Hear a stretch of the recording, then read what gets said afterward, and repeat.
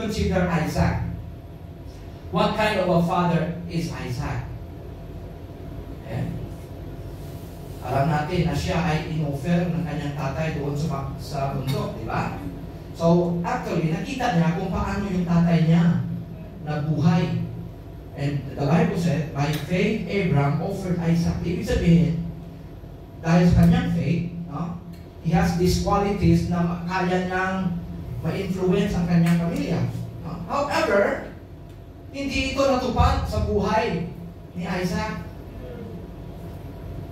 Ano ang nangyari? So, I should say that Isaac became a irresponsible father. When in fact, dapat sana pinopyan niya ang tatay niya ng si Abraham.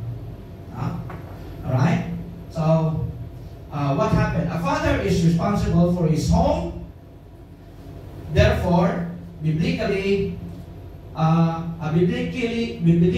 functional family begins with a husband, father, who performs all the roles and responsibilities outlined in the scriptures.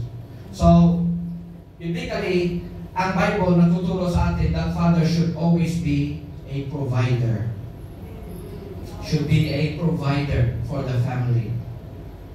Dapat ang tatay una magtrabaho upang may pakain siya sa kanyang pamilya. What else? He should be a protector also. Protector. And then, spiritually, he should be a priest. Siya ang in charge sa mga spiritual na ng mga anak niya. By living the spiritual or by living a life that is godly before his children. Okay? So this example, an example of this is seen in the life of Abraham. But why we wonder why? We wonder why Isaac lived another kind of life. Okay? So the Bible said he was irresponsible. Why? He is, number one, nakita natin, at alam din ni alam din ni Isaac, na yung plano ng Panginoon,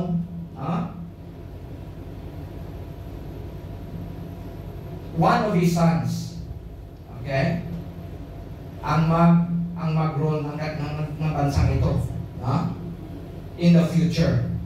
However, dahil ang sama ng tatay, mayroon siyang favoritism, sabi ng Biblia, mas favorable siya kay Esau. However, ano pa? Ang nanay naman niya, asawa niya si Rebecca, ang favorite naman si Jacob. So normal ba yung nangyayari talaga sa pamilya na lagi yung lagi. Normal yan na yung mga parents may mga favorite na mga anak. Alright? So familiar tayo na ang plano ng Panginoon that Jacob will one day lead God's people. However, dahil hindi siya paborito ng kanyang tatay, ay ginawa niya ng paraan. So, in verse 4 na ating binasa, tinawag niya ngayon isang araw ng kanyang anak. Sabi niya, go out, go hunting. Prepare me the kind of tasty food I like and bring it to me to eat, so that I may give you my blessing before I die. Sinabi niya sa kanyang anong subangan sa panganay na anak. Panganay na anak. Alright? So, sana bago ako mamatay, matikman ko sana yung paborito kong pagkain na mula sa iyong hunting. Actually, he was asking for venison. Do you know what is venison? Venison is considered as the most delicious meat. Ang meat ng deer, ng usa, yan ang venison. However, nung narinig at nakita ng asawa ng si Rebecca na pinatawag si Esau, gumawa na rin siya ng plano. Dahil alam niya na itong si Jacob, sa plano ng Panginoon, si Jacob mamagari. Bakit ibigay sa kay Esau? So that's why gumawa rin siya ng kanyang plano. So you see, as I see it, the mother and the father have this conflict in the first place. Kung makita natin na kung gaano man kasama ang plano nila, ginamit pa rin ng Panginoon na gawin ang kanyang plano, ang tamang plano, i-twist. Alright. So, as a father, hindi ko nakitaan ng magandang asal itong si Isaac. Alright. So, Rebecca, what about her? I should say that Rebecca is a kind of manipulative mother. Manipulative. Sabi niya, alam mo ba ang plano ng mag-ama? Natatay mo ang iyong kuya? So, gawin mo ito. Sinasabi ko sa iyo, you must obey me. So, in verse 15, I guess, 14 to upward, makita natin dito na ang nanay na ito ay talagang manipulate niya ang pwede niyang magawa talaga para mabago ang plano. Alright? So, Isaac's intention to bless Esau was something he shared with his wife. At yun si Rebecca. So why? He knew that she would have a problem with it. This is a house divided.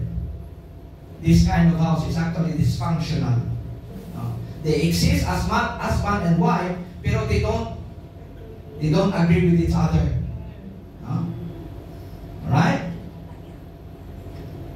So, parents, if you are not careful, the children will divide and conquer. We must be careful kung ano ang pinapakita natin sa ating mga anak. By the way we live our Christian life. In some details, sometimes we need to, sa aming time na, dapat pagka Sunday morning pa lang, ligo na talaga mga bata. Agang-aga pa lang, walang ibang gawin kundi maligo, magpunta sa Sunday school. In-impose yun dati sa amin. Talagang hindi ka nga mag-absent sa school, hindi wag lang sa Sunday school. Why? We consider it as very important. So ngayon, we try to ask ourselves, what kind of legacy are you leaving to your children?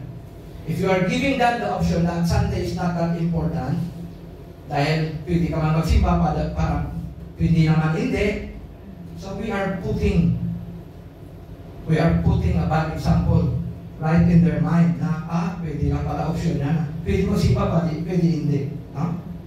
So, as godly parents, we need to settle that down sa ating mga anak na talagang for as long as I am living, that's why Joshua told these people, sige, kung gusto nyong doon kayo magsimba sa mga Diyos-Diyosan, but for me in my house, we will serve the Lord. As a parent, you need to give that and be strong with that, with those principles. Alright? So, parents, huwag natin balawalain ang ating mga influence sa ating family. The examples of parents make a great impact to their children.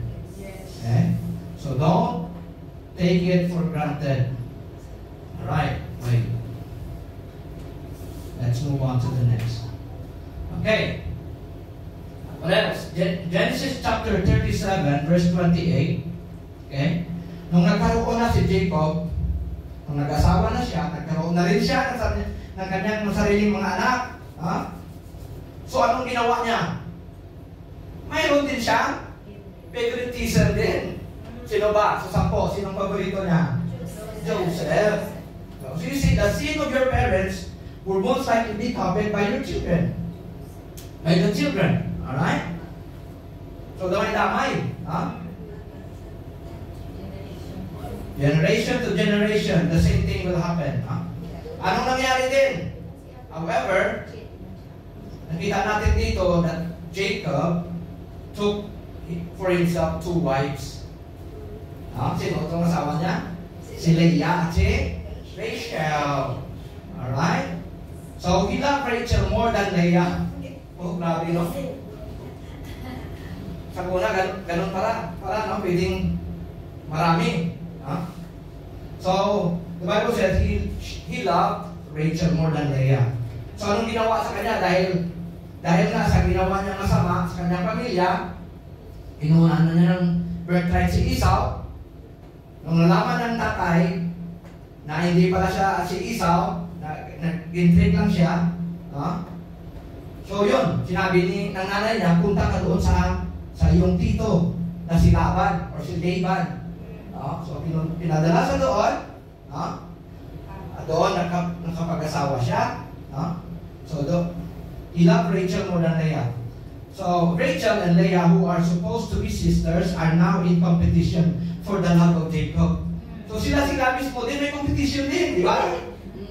Yung competition nila nanggaling din sa dalawang magkapatid, di ba? Na kambal. Alright? When Jacob had children, he favored Joseph more than his other sons because of favoritism. So we can say, history repeats itself. Yes.